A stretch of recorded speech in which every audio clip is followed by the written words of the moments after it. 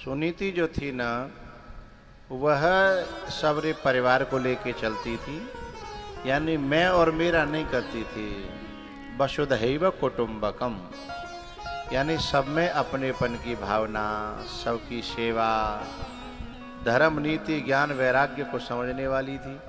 और जो छोटी वाली थी मनगुन्नो कहते हुए थे, मनगुन्नो। भगवान करे तुम्हारे गाँव में नहीं हो, नहीं मनगुन्नो होती है ना, वो ने गाल फुला ले पूरे घर को माहौल खराब करके रख देती है।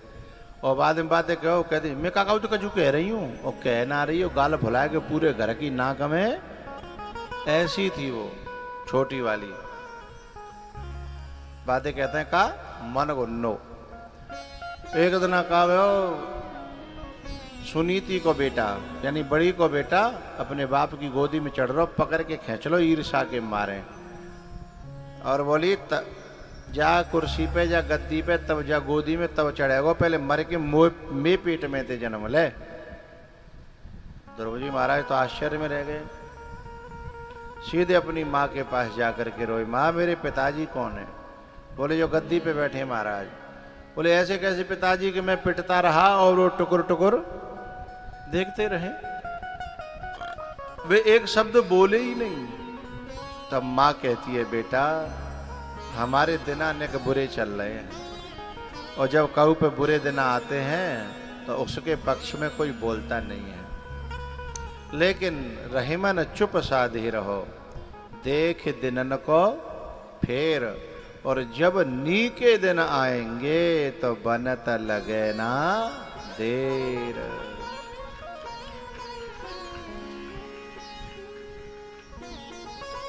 इसलिए रोने लगे, बताने लगे कि ऐसे ऐसे मौसी ने मुझे डांटा। लेकिन इतनी प्यारी सोच है सुनीति की कि बुराई में से भी भलाई ढूंढ ली। तो बोले बेटा मौसी तो ठीक ही तो करिए, तपस्या करेगा तो जो गोदी और गद्दी तेरे पीछे पीछे डोलेंगी। और तपस्या में प्रवृत्त कर दिया। अब जब तपस्या में प्रवृत्त हुए हैं, आहा, सुनीति ने कहा बेटा तुझे देख करके मुझे रोना आ रहा है, तू भजन करने के लिए जा रहा है, भगवान की शरण में जा रहा है, अब तू जल्दी चले जा, नहीं तो मेरे आंसू आ गए तो तू उन्हीं आंसुओं में डूब जाएगा। बेटा तू जा संग में डूबा हमारी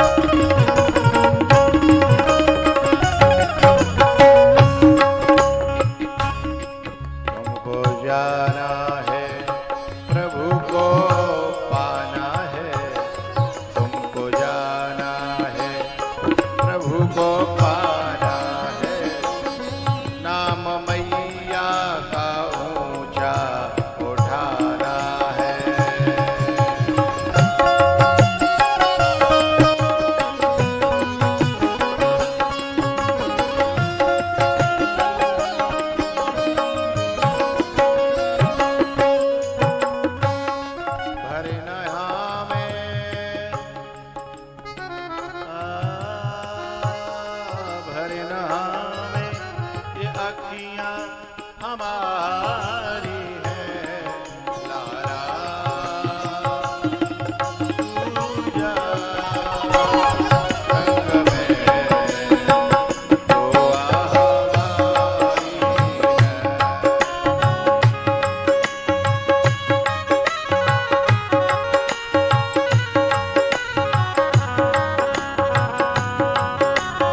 दुआ हमारी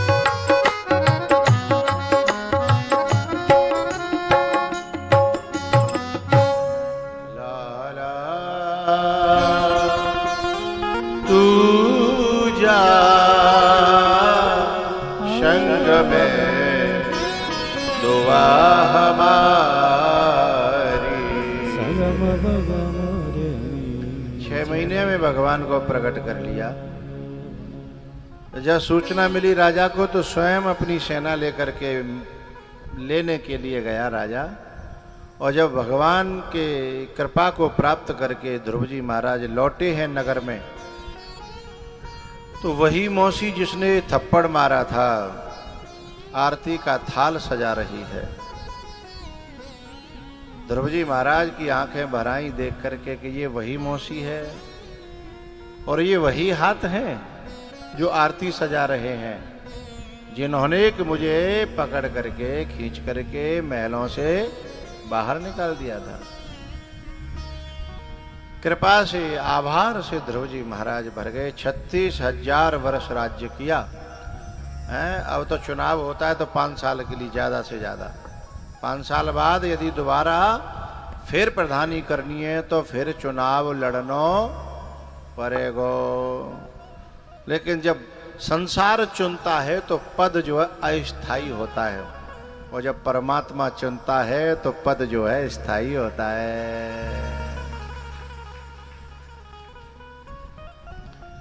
ये व्यासपीठ का भी तो एक पद है, इसके लिए चुनाव नहीं होता, क्योंकि ये पद परमात्मा देता है, संसार नहीं देता।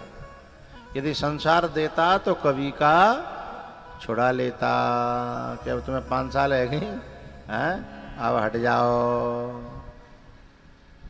तो जिस पद को परमात्मा देता है ना, वह स्थायी होता है। हनुमान जी ने कहा था रावण से कि तुम लंका के इस पद पे, राज पद पे तुम स्थायी बैठ सकते हो, मेरी एक बात मान लो। बोले बताओ। कि राम चरण पंकज उरधर लंका अचल राज तुम कर। राम चरण पंकज उरधर।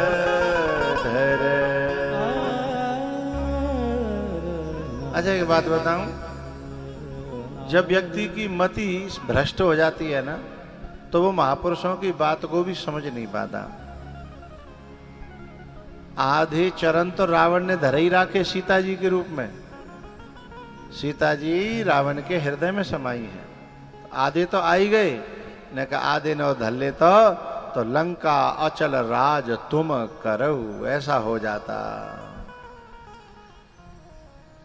लेकिन जब नाश मनुज पर छाता है तो पहले विवेक मर जाता है। भैया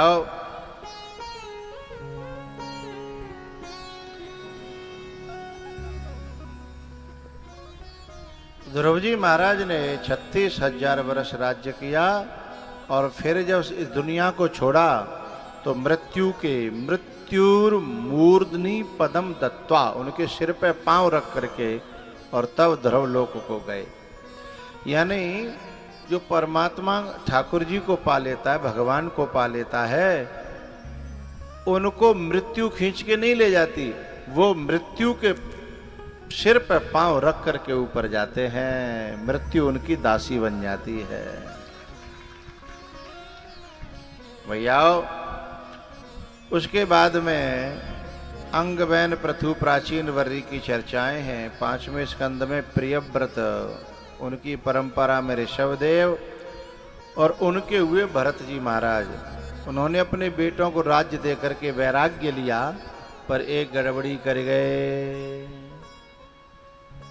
यदि आम पक्यो पकायो होए के फूट या सेंध पकी पकाई होए तो बेले नेक देर में छोड़ देगी, हाँ या ना। और यदि कच्ची होए तो खींचोगे फूटे और खिंचाई संग में बेले हैं। आम यदि पक्यो होगो तो नेक हलाओ, पेड़ ऊपर ते टप टपक जागो, नाम पड़ जागो टपका, है ना। और कच्चो होगो तो खूब जोर लगाओ, कभी कभी डालिए तो लावे संग में पर छूटेगो।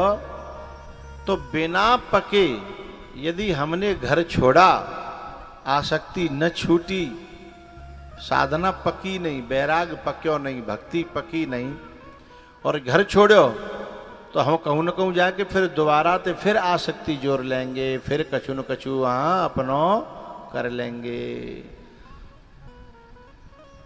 ऐसे ही भरत जी महाराज ने जो है हिरण को बच्चा पाल लो, मर रहा तो दया आ गई, लेकिन किसी की जान बचाना अलग बात है और दिल में बिठाना अलग बात है। दिल में नहीं बिठाना चाहिए थे, उन्होंने ऐसा दिल में बिठाया। अरे साहब, अब तो भी कहूँ भजन कर भी जाए, कहूँ घास दिख जाए तो सोचिए बच्चा का आज खुद ले चलो, हैं।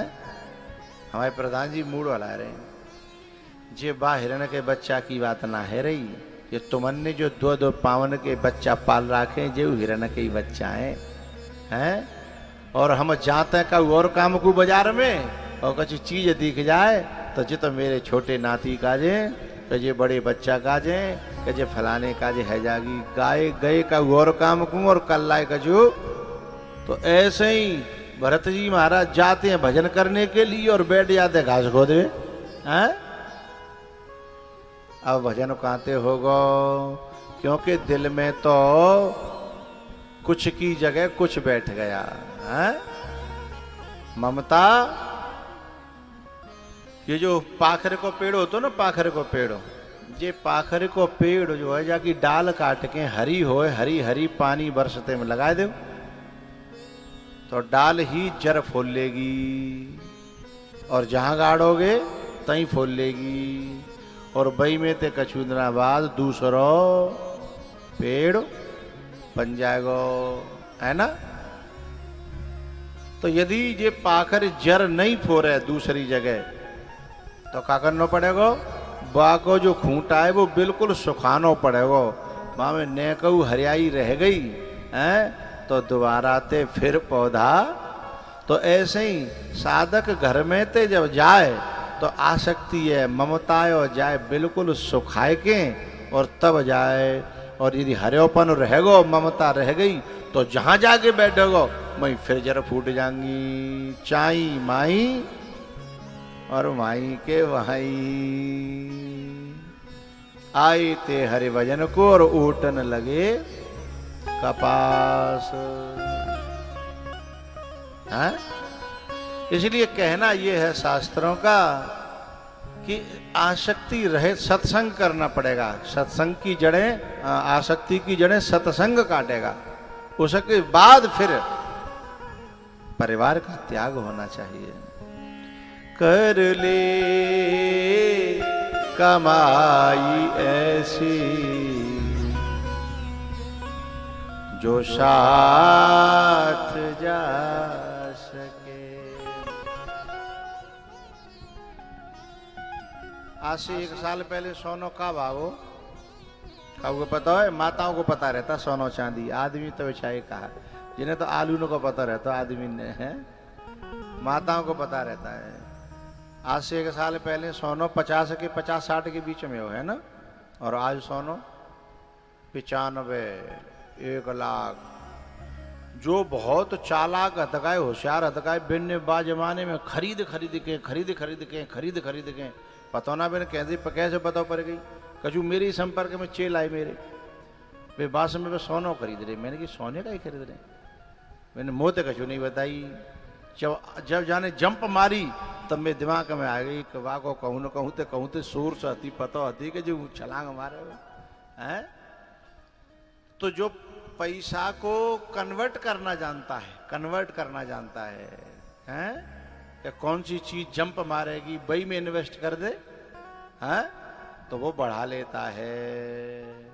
और पैसा लेके और काउनी जमीन में गाड़ दो और का डिब्बी में भर के गाड़े और डिब्बी में जंग लग गई, वहां फूट गो और वहां चले गो पानी और सवरे नोटन गर गर है के माटी है गई है।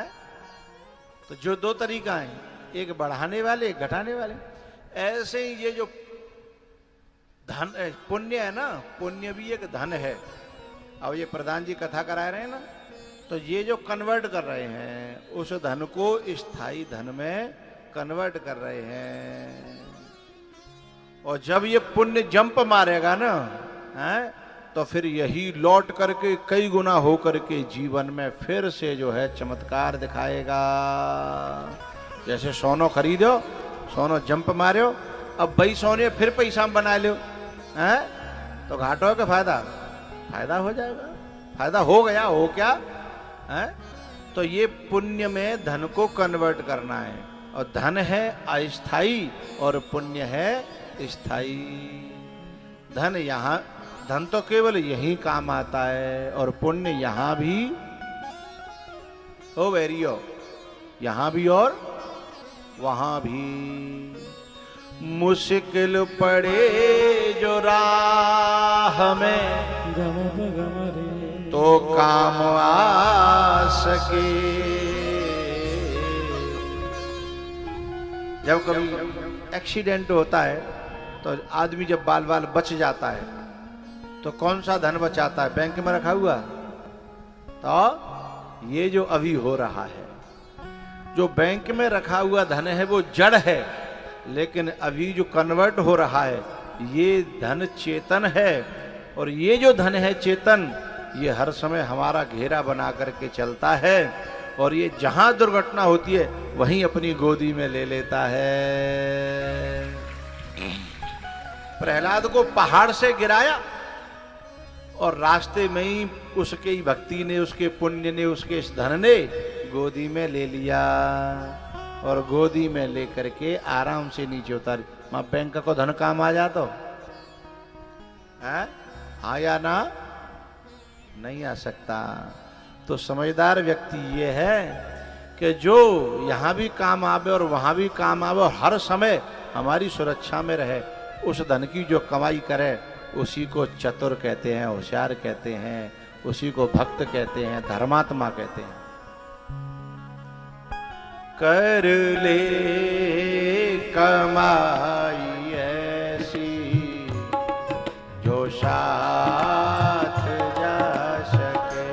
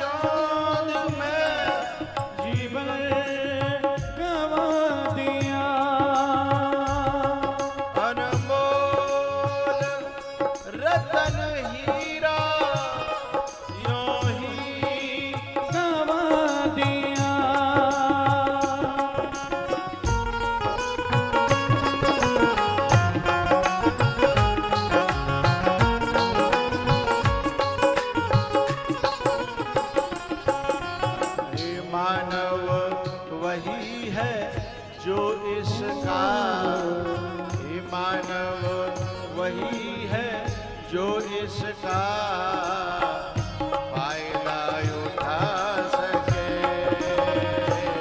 कर ले कमाई ऐसी जो साथ जा सके।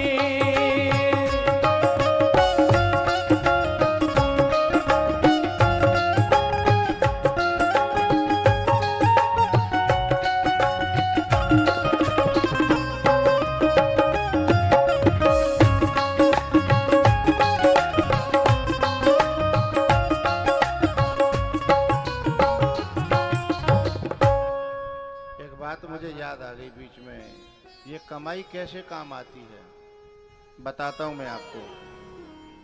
मुझे बचपन से ही गौ सेवा में बड़ा सुख मिलता है, आनंद मिलता है। कोई प्रयोजन नहीं है आश्रम पे गौ सेवा में, कोई मैं वहाँ मैं रहता ही नहीं हूँ, दूध तो जब मिले मैं वहाँ रहता ही नहीं हूँ। पर मुझे ये आवाज़ कैसी होगी भाई,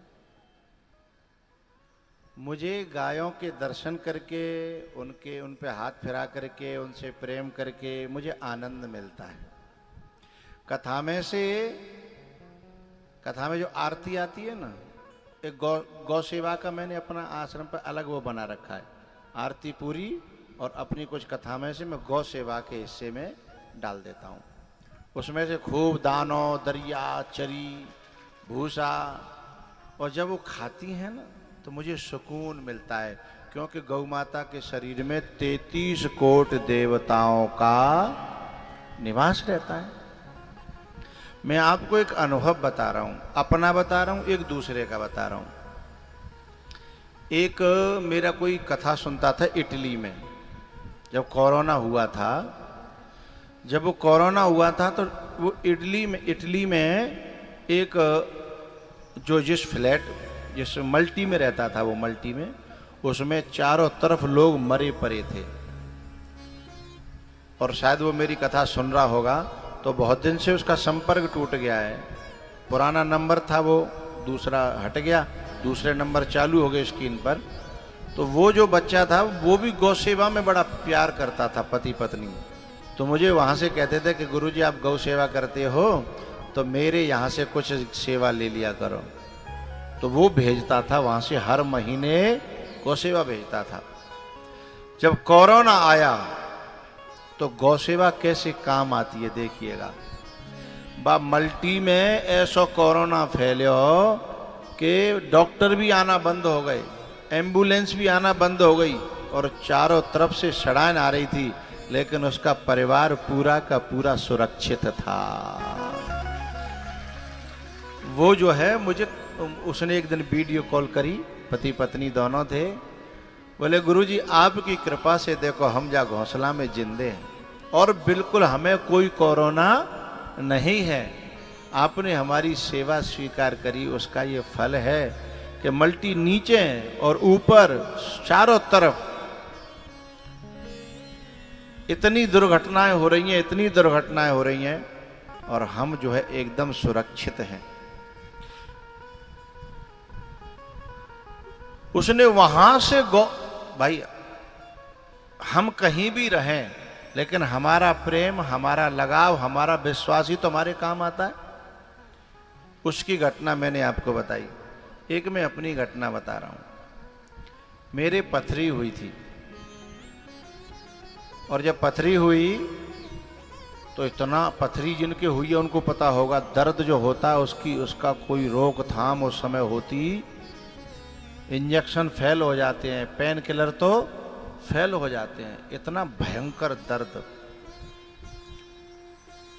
अब जो दर्द हुआ तो मुझे लेकर के भागे लोग। जब मैं ग्वालियर में था और आगरा में मेरा ऑपरेशन होना था, ये सन कौन सी की बात होगी, सन 13-14 में, सन 13-14 की बात है। ऑपरेशन होना था। अब ऑपरेशन में क्या हुआ, वो जो डॉक्टर था वो हमें बाद में मालूम पड़ा कि सीख रहा था मेरे ऊपर। और वो उस समय हम पैसे नहीं लेते थे, हमारे पास पैसे नहीं थे, हम गाड़ी भी दूसरे की करके लाए थे। और एक हमारा हाई कोर्ट का वकील है, उसने ऑपरेशन के लिए उसने पैसे दिए थे, हम पर पैसे नहीं थे। तो एक गाड़ी वाला हमें करके गए और हम बात पे थे क्या कि तो हमने मद्दो ढूंढ रहे, भाई गरीब का करे वो हैं, मद्दो ढूंढ रहे। तो मद्दे में जब वो हमें मिलो, हमें ये नहीं पता हुई कि शरीर से ज़्यादा पैसा की कीमत नहीं होनी चाहिए। तो मद्दो सो वो मद्दो का वो हमें का मालूम, हमें बाद में मालूम पड़ी कि ये तो बिल्कुल वो पहलो या दूसरा ही ऑपरेशन हम पे कर रहा हो। तो अब जैसे ही हमें मालूम कैसे पड़ी कि उन्होंने हमको जो इंजेक्शन दिया था तो हम बेहोश नहीं हुए, समझ रहे हो, डोज में कुछ थोड़ा ज़्यादा रह गया, हम बेहोश नहीं हुए, हम उनकी बात सुन रहे। सो वो बगल वाले से कह रहे हो चाय पी रहे, बगल वाले से कह रहे हो भैया ने मदद करियो, अच्छी तरह करियो, मेरा दूसरो तीसरो ही है। मैंने कि मर गए भाई, मेरे को होश था लेकिन वाणी बोल नहीं सकता था मैं, हाथ 500 सुनने ऐसे आता है, जीव नहीं चल रही। अब बाबा ने वो ऑपरेशन शुरू करो, ऑपरेशन शुरू करो तो किडनी के पास में ही लंग्स होता है, फेफड़ा। और ऑपरेशन में ऐसी असावधानी भाई कि मैंने लंबी सांस ले ली, जो जानकार है वे समझ लेंगे। मैंने लंबी सांस ली और वहाँ फेफड़ा फूल के और किडनी के पास आयो और वह कैंची थी वहाँ फेफड़ा में कट लग गया। मैं अपनी बात बता रहा हूँ आपको, फेफड़ा में कट लग गया तो किडनी में जो पानी होता है वो फेफड़े में आ गया और वो डॉक्टर घबराएगा। चूँकि जो नया आदमी होता बा कि पाँव ज़्यादा, वो घबराएगा, बोले ओ भैया जी क्या हो गया, ये तो इधर पानी जाने लगा और इधर मेरी वो चलते का है, वो क्या होते हैं वो पल्स कहता है, पल्स और वो गड़बड़ करने लगी। सो बिनो को पसीना छूट गया। सो उन्होंने तुरंत जो है किसी सीनियर डॉक्टर को बुलाया और फिर जो है मेरा 2 ऑपरेशन एक साथ कर दिए। फेफड़े का भी फिर उसमें पानी चला गया था तो ऑपरेशन होना था, तो एक यहाँ से किया, फिर एक यहाँ कहीं ऊपर से किया, 2 ऑपरेशन। तो जब, हाँ मैं ये बताना चाहता हूँ कि उस समय जब मुझे पता चला कि ये डॉक्टर नया है और ऐसा है और मेरे साथ खिलवाड़ हो रहा है, तो मैंने गौ माता का ध्यान किया। वो ये पुरानी वीडियो दिखाना, पुरानी जो मैं साथ में जो हूँ, मैं पहले जो है ना शुरुआत में एक जो गौशाला थी दूसरे की, उसमें मैं गौ सेवा करता था, उनके साथ में दौड़ता था, खेलता था। तो मैंने कहा यदि हे गौ माता आप सच्ची हो और आपके 33 करोड़ देवता रहते हैं तो जा डॉक्टर ने बुद्धि देव सो मेरो जहाँ ये वाला, उस समय सफेद ड्रेस में रहते थे हम, हाँ ये मैंने थैंक्स गौ माता लिखा था, उसी समय का ये वीडियो भी उसी समय का है। हाँ देखो ये वीडियो भी मिल गई ऑपरेशन की।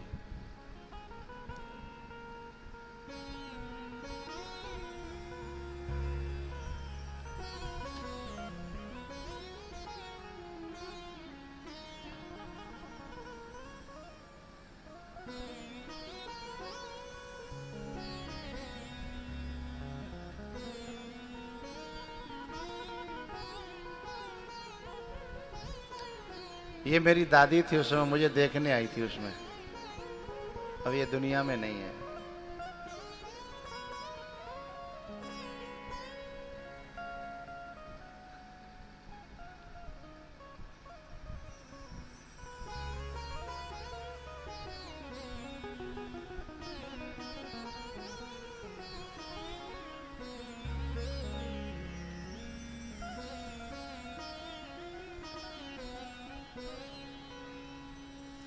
कर ले कमा, सीन देखते रहिए, भजन सुनते रहिए।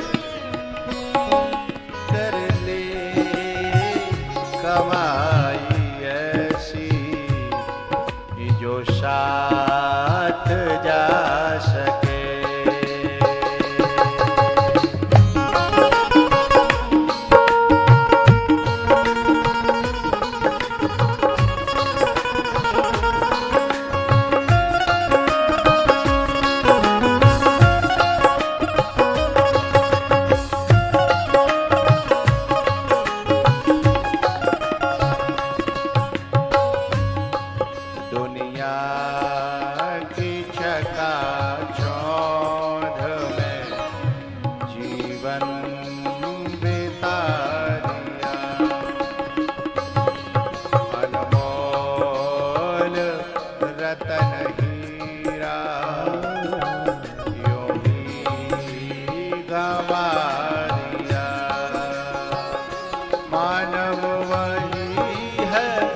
जो इसका मानव वही है जो इसका फायदा उठा सके। कर ले कमाई ऐसी जो साथ जा सके।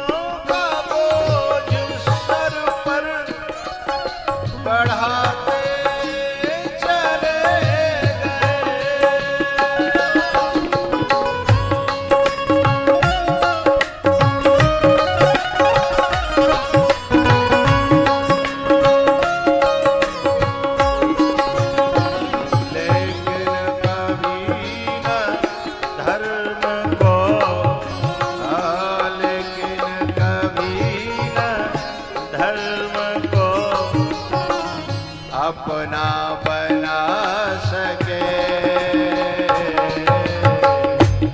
कर ले कमाई ऐसी जो साथ जा सके।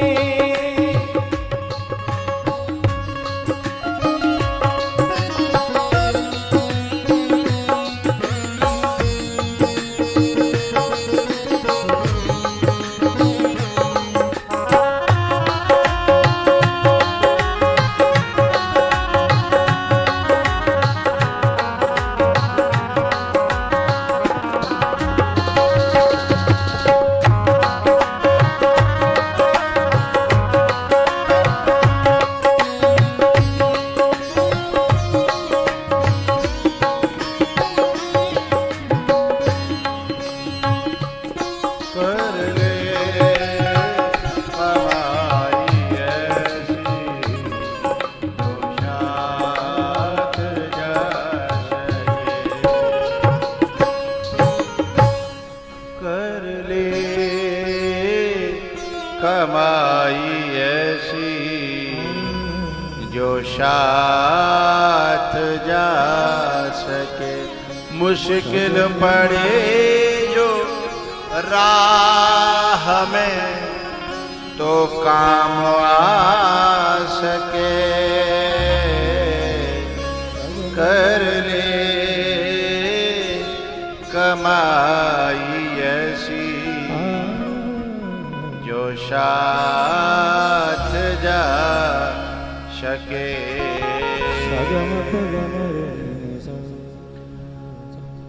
वो जो बैंक में रखी हुई कमाई है ना, अथवा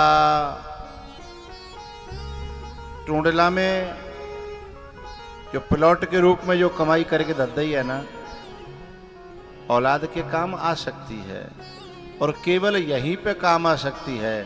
लेकिन जब घटना दुर्घटना होगी, घटना दुर्घटना होगी, तो ये कमाइयां नहीं, ये धर्म की जो धर्म में कन्वर्ट की वही कमाई है, ये अपने आप बिना कहे काम आने वाली है। चाहे मानो मैंने कुछ अनुभव साझा किए, भरत जी महाराज तप करने गए और हिरण के बच्चा में फंस करके ममता के कारण उसके वियोग में मरे हिरण बनना पड़ा। अगले जन्म में फिर उन्हें मनुष्य का जन्म मिला तो उन्होंने बचपन से ही ठान लिया कि अब किसी में फंसना, बोलो करो फंसना। कौन के बारे में कह रहे हो? अपने बारे में तो ना कह रहे हैं। हाँ, समझना अपना ही है और ऐसा निर्णय करना है कि अब नहीं तो कबू काम आवेगो। यदि भीतर ठान राखी है तो जब मौका आवेगो तब ये निर्णय काम आ जाएगा। भरत जी महाराज जो है जंगल में विचरण करते हैं अपनी मस्ती में। एक दिन रघुगण जो है पालकी में बैठ करके, राजा था, ब्रह्म विद्या पाने के लिए कपिल मुनि के आश्रम पे जा रहा था। कहार थक गए और ला करके जड़ भरत जी महाराज को पालकी में लगा दिया और खोपड़ी फूटी तो उल्टी सीधी बात कहने लगा कि तू मोटा ताजा हो रहा है, हट्टा कट्टा हो रहा है, चलने का ढंग नहीं है, मेरी खोपड़ी फोड़ दी। बहुत देर तक तो भरत जी महाराज बोले नहीं, लेकिन जब वो ज्यादा ही कहने लगा, क्योंकि भैया जो गंभीर लोग होते हैं वो चबर चबर नहीं करते, या तो वो बोलते नहीं है और फिर जब वो बोलने पे आते हैं तो सबकी जीभ बंद कर देते हैं, क्योंकि उनकी वाणी में इतना दम होता है। भरत जी महाराज ने सीधे सीधे उनसे कहा कि आप मोटा ताजा हट्टा कट्टा किसको कह रहे हो? इस शरीर को कि मुझे? अब ये भेद तो राजा खुद ही नहीं जानता था।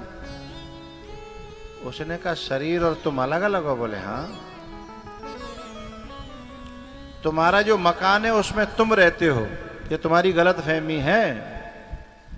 जड़ भरत जी कह रहे हैं वो तो तुम्हारे मकान का मकान है, हमारा चलता फिरता मकान तो ये शरीर है और शरीर हमारा है, हम शरीर नहीं है। अब तो बाकी आंखें फटेगी, वो बावरों समझ लो, कोई बावरों डोल लो है। और जैसे ही उसने ये बात कही भरत जी महाराज ने, अब तो वो राजा जो था उसकी आंखें फटी। बोले भैया, बोले महाराज आप हो कौन? तो उसने कहा चिदानंद रूप शिवोहम शिवोहम, चिदानंद रूप शिवोहम शिवोहम, चिदानंद रूप शिवोहम शिवोहम।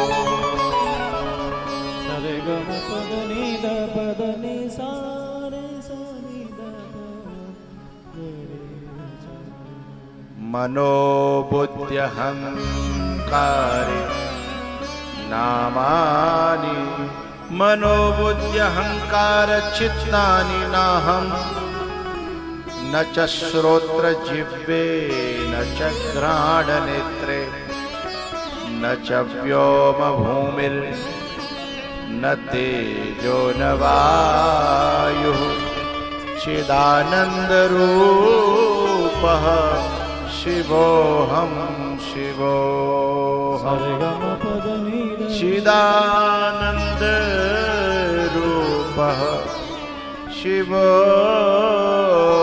शिवोहम।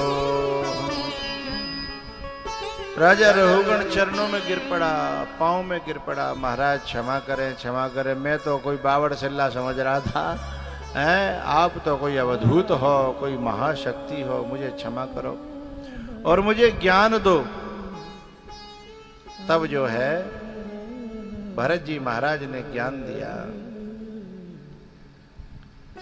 कि हे रघुगण, तू जिस आत्मज्ञान को पाना चाहता है, ब्रह्म ज्ञान को पाना चाहता है, रघुगण तत् तपसा न याति। वो न तो तप से मिलता है, न जप से मिलता है, न भूखे मरने से, न नंगे वाड़े रहने से, न जंगल में, न घर में, न व्रत करने से, न वेद पढ़ने से, न यज्ञ करने से, न छंदसा नैव जलाग्नि सूर्य बिना महत पाद रजो विषेकम। तो बोले बाबा मिलता कैसे वो आत्मज्ञान, वो ब्रह्म, वो परमात्मा? तो उन्होंने प्यारी बात बताई कि जो उसके रास्ते पे चल रहा है उसका पीछा कर लेना, उसका चरण पकड़ लेना, वो वहीं पहुंचा देगा।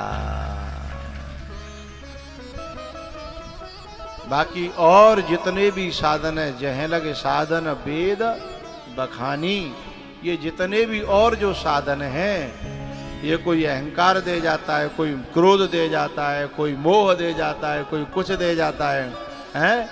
लेकिन उस मार्ग पर चलने वाले का पल्लू पकड़ में आ जाए, बात पकड़ में आ जाए तो बस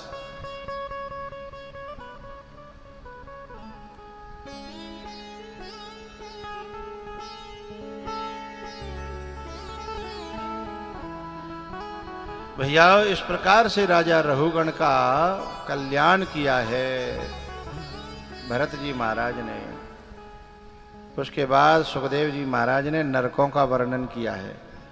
भारत में भागवत जी में 28 प्रकार के नरक बताए। उसमें बताया कौन से कुकर्म के कारण कौन से नरक में जाना पड़ता है। लेकिन भैया हमने जब कार्ड पढ़े मरवी बाइन के, तो हमने आज तक प्रधान जी कोई देखो ही नहीं कि जी नरक में गयो। टूंडलाते लेके फिरोजाबाद, शिकोहाबाद, एटा, इटावा, मैनपुरी, आगरा, जो मेरो गढ़ है, जहाँ क्षेत्र में मैं घूमता रहता हूँ। जाते कथा उठी तो फिरोजाबाद में चली गई, माते उठी मैनपुरी में आ गई, माते उठी टूंडला में आ गई, तो यहीं मेरो जाते निकर भी ना होती। लेकिन इतने एरिया में मैंने जब कार्ड पढ़े तो बिना यूं ही लिखी देखी कि मेरे पिताजी का स्वर्गवास हो गया। तब मैंने माथो पकड़ के कही कि भैया मैं नरकनों को वर्णन कायगू कत चले आ रहा हूँ, सालन थे कोई नरक में जा ही ना रहो, सबके सब स्वर्ग में जा रहे हैं। अरे अच्छे न के लिखें तो लिखें, जिन्हें पूरा गांव जानते हो कि जाते बुरो नालायक दुष्ट आदमी पूरे गांव में नहीं है। तो बहू मरियो तो बहू के कार्ड पे छोरा लिखवा रहे हो कि मेरी बाप का।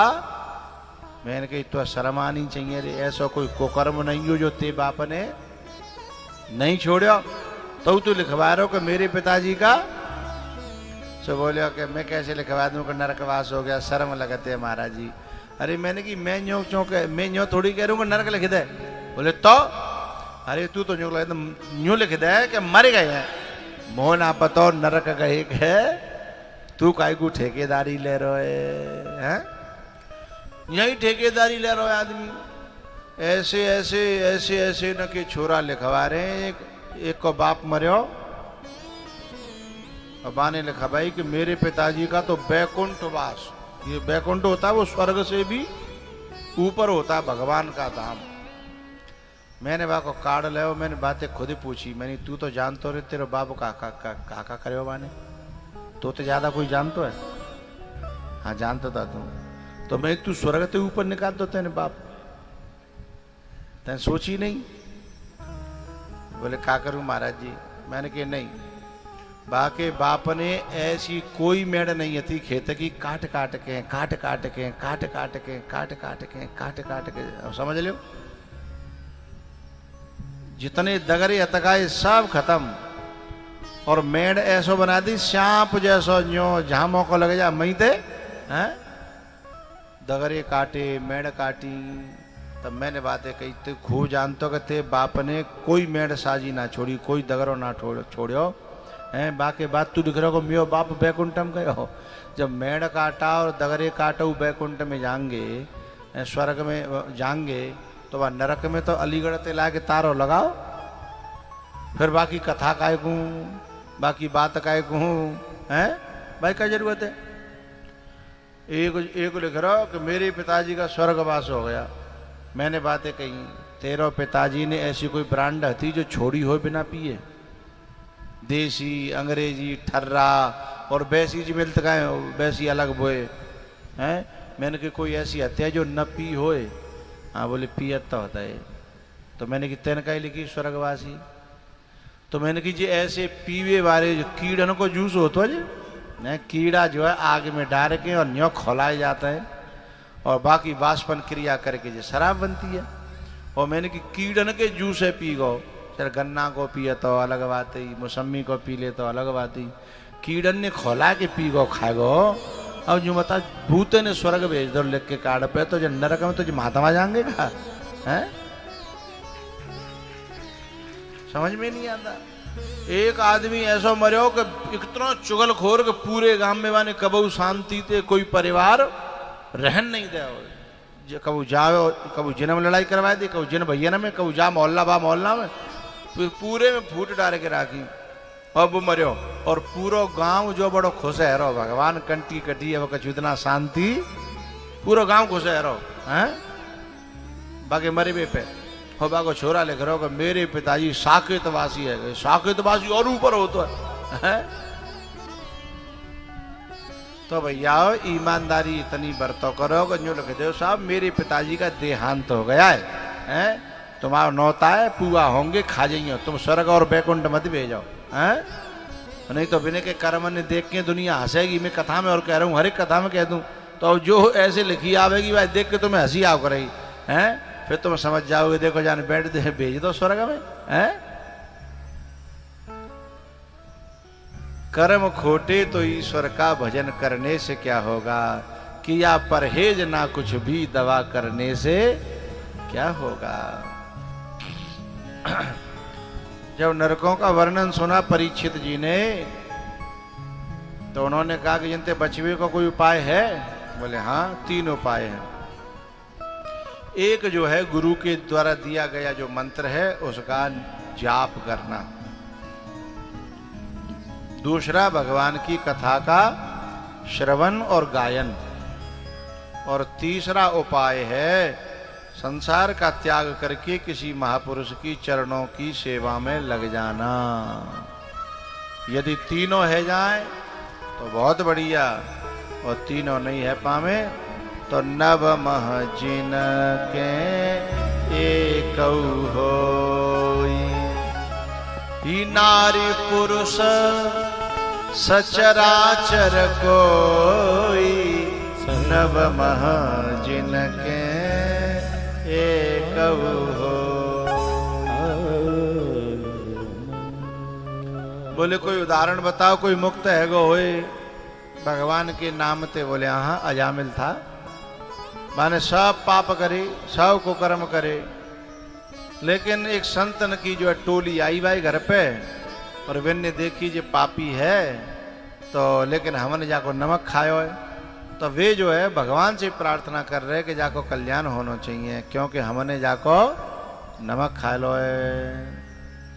तो वे चलते चलते भाई जो है भगवान को नाम दे गए बाकी बेटा के नाम के रूप में। बात समझ रहे हो, ये संतन की एक प्रक्रिया है। काउन काउ बहाने थे भगवान के नाम में लगाए वो। एरी मैया, कोई कोई मैया देखिए तुमने भैंसे गाड़ी देते वैसे हैं। एक मैया थी पहले हम गाँव में से रह जाते कहूँ तो रोज भैंसे सवेरे सवेरे गाई दी, हम छत पे टहलें। एक दिन मैंने बुलाई, मैंने देखी कथा में भी जाती है जी हैं। मैंने कि बड़ी बूढ़ी थी, मैंने कि मैया तुम जब भैंसे गाड़ी दे तो भैंस सुने नहीं समझे नहीं हैं, और भैंस ते ऐसी गाड़ी देख अजीब सी हैं। तो हम मलो मलायो मिल लो खावे कूँ और पूछ हिला रही है, कान हिला रही है, नंगी डोल रही है। भैंस तो कह रही नंगी डोल रही है, अब भैंस का होते कपड़ा पहन लगी।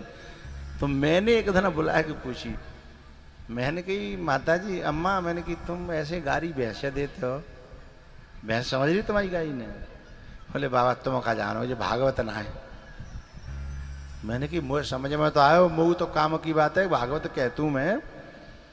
तब माने बताई कि बाबा जी भैंसे तो ना समझ रही, पर जो भैंसे समझ आनी का वो समझ गई। क्यों भैया ऐसा हो तो है? ओ बैरियो मूड तो हला दो करो है। बोले जी भैंसे तो ना समझ रही है,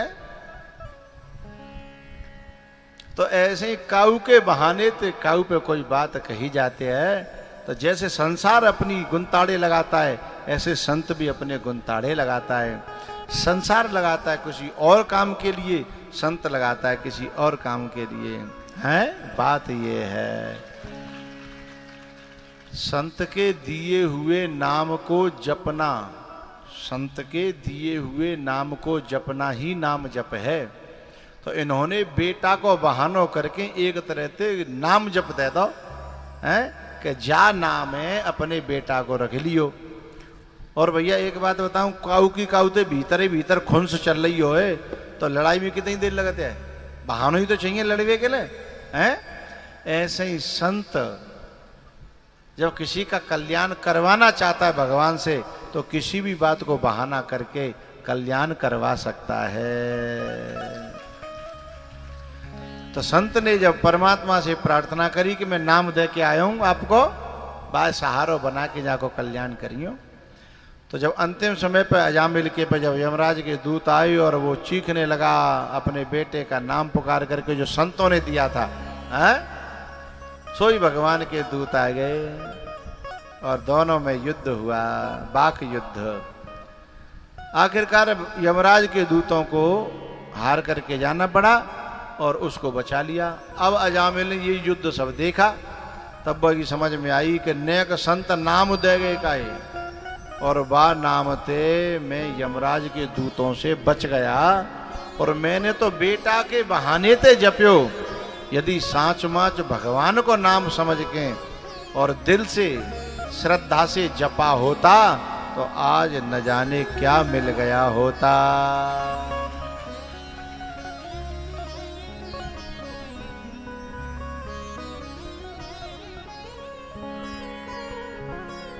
कुछ भेजा होगा तुमने, दिखा तो रहे हो कुछ।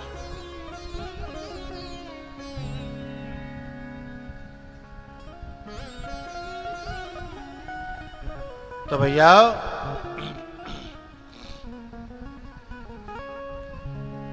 जब तुम कुछ छेड़ो तो पहले भेज दिया करो, वो चीज तुम्हारी समझ में आ जाए, हम वहां देखेंगे। भैया ये जो अजामिल था ना, इस अजामिल ने जब ये समझा कि मैंने झूठे को भगवान का नाम लिया है, तब परिणाम ये आया है। और यदि मैंने म्रियमाणो हरेर नाम गृणन् पुत्रोपचारितम् अजामिलोऽप्यगाद्धाम किं पुनः श्रद्धया गृणन्। यदि मैंने सचमुच में भगवान समझ करके भगवान का नाम जपा होता श्रद्धा से, तो न जाने क्या मिला होता। जिंदगी मिल गई मुझे, नहीं तो यमराज के दूत तो ले ही जा रहे थे। तो जब जिंदगी मिल गई तो अब उसने सोचा कि अब मैं इस जिंदगी को दुनिया में बर्बाद नहीं करूंगा, क्योंकि अब ये जिंदगी भगवान की दी हुई है। ये बताओ भैया, जो जिंदगी अजामिल को भगवान की दी वही थी, तो ये तुम्हारी जिंदगी कौन की दी वही है, हमारी जिंदगी कौन की दी वही है? भगवान की। अच्छा, और सवेरे सवेरे लगाए काय में रहे हैं, जगत के गोबर, हैं, फिर सानी, फिर धार, हैं, फिर झाड़ू पोंछा फटानो ढकानो, हैं, बाकी बाद जो है खाई पी के नीचू है पाए, तब तक फिर सांझ को लग गया गोबर सानी, हैं।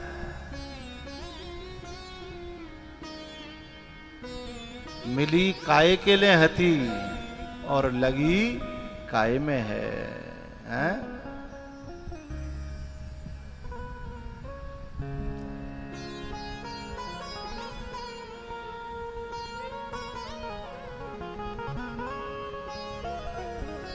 तो डूब के मर जा रे चुल्लू भर पानी में, सारो जीवन खोयो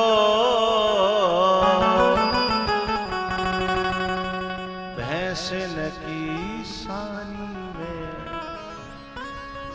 सारो जीवन खोयो गोबर और पानी में, तू डूब के मर जा रे चुल्लू भर पानी में।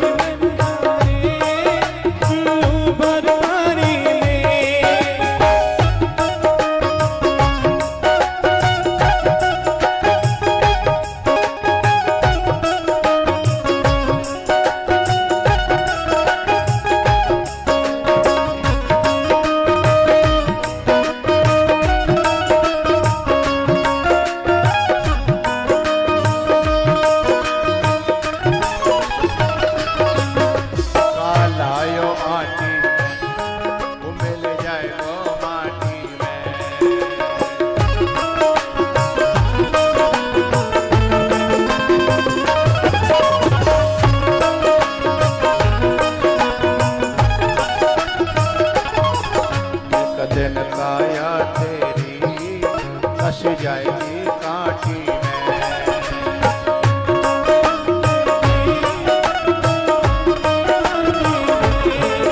पानी को बबूला है, पानी को बबूला है, मिल जाएगा पानी में। डूब के मर जा रे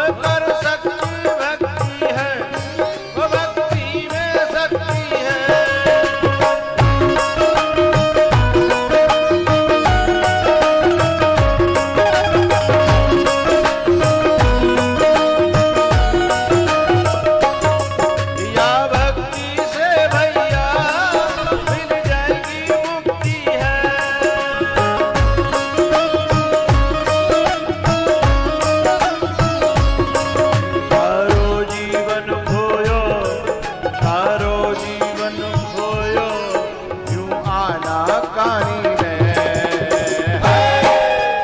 तू डूब के मर जा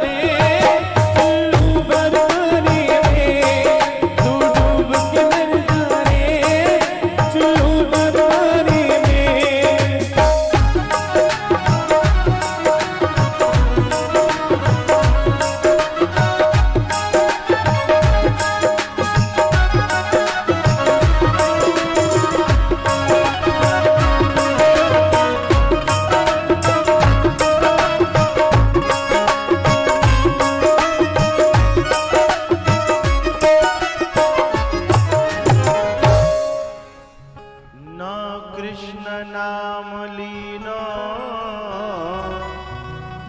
तैने भरी जवानी में तो डूबे के मर जा रे बोलो चुल्लू भरे वाली में सारो जीवन खोयो गोबर और पानी में है तो डूब के मर जा रे चुल्लू भरे पानी में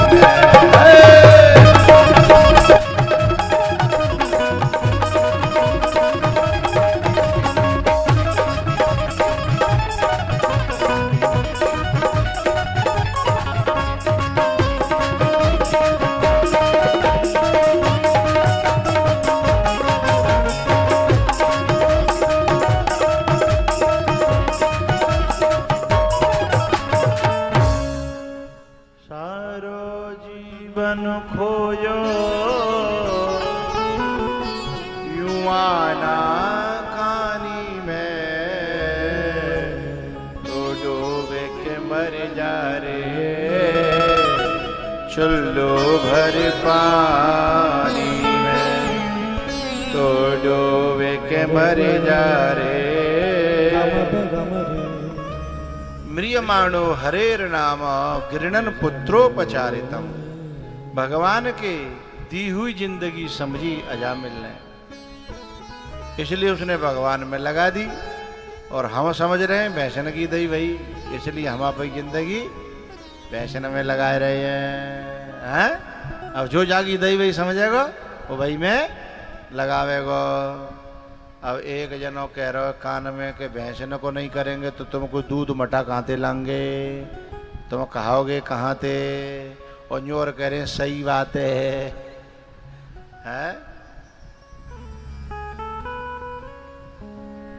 मेरा विरोध कर्म से नहीं है, लेकिन क्या इसी के लिए जिंदगी मिली है, बात ये समझनी है। कर से कर्म करो विधि नाना मन राखो जहां कृपा निधाना। कर से कर्म करो विधि नाना मन राखो जहाँ कृपा निधाना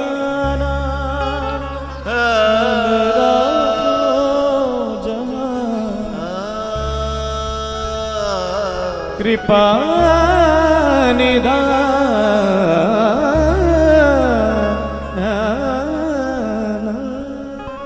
मन राखो कृपा निधान। कर से कर्म करो विधिना। हमारे यहाँ अखंड रामायण होती है तो माइक लगवाते हैं लोग, भगवान का भैरव है, माइक क्यों लगवा रहे हैं? बाकी पीछे एक बड़ा आध्यात्मिक रीजन है। क्योंकि अखंड रामायण जब होती है तो दूर दूर तक रामायण पढ़ने वाले अपने आप चाहे कछु काम कर रहे हो, चाहे सानी दे रहे हो, चाहे गोबर डाल रहे हो, सीधे रामायण से कनेक्ट हो जाते हैं। फिर वो पढ़ता है वहाँ और ये बोलता है यहाँ। कभी कभी क्या होता है, रात में पानी दे रहे मक्का में, गेहूं में, आलू में पानी दे रहे और रामायण चल रही। अच्छा कजू ऐसे होते हैं रामायण पढ़े वाले वे जई काज राखे जाते हैं कि तो रात में पढ़नी है 1:30 बजे से लेके और 3 बजे तक 4 बजे तक, चूँकि बाका न कोई पढ़वैया मिल तो ना है। अच्छा भी पढ़वे भाई जो होते हैं 1:30 बजे 2 बजे से 4 बजे तक वे क्या करता है, अब कोई सुन तो रहे होना है और वे घास उसी काटते हैं। फिर मंगल भवने मंगल हरि और वो रात में पता होना है कितने किसान लोग अपने खेतों में पानी लगा रहे हैं और एक एक बात सुनते हैं। फिर वे सवेरे आए कान में कौन कुछ हो रहा हो रे हैं, सब सत्यानाश कर दो रामायण को माने है। तो तब बाकी समझ में आते हैं कि मैं समझ लो कोठरी में पड़े रहूं हैं। तो कर से कर्म करो विधि नाना, मन राखो जहाँ कृपा मन राखो। कृपा निधान। इस प्रकार से हरिद्वार में जाकर के अजामिल का उद्धार हुआ।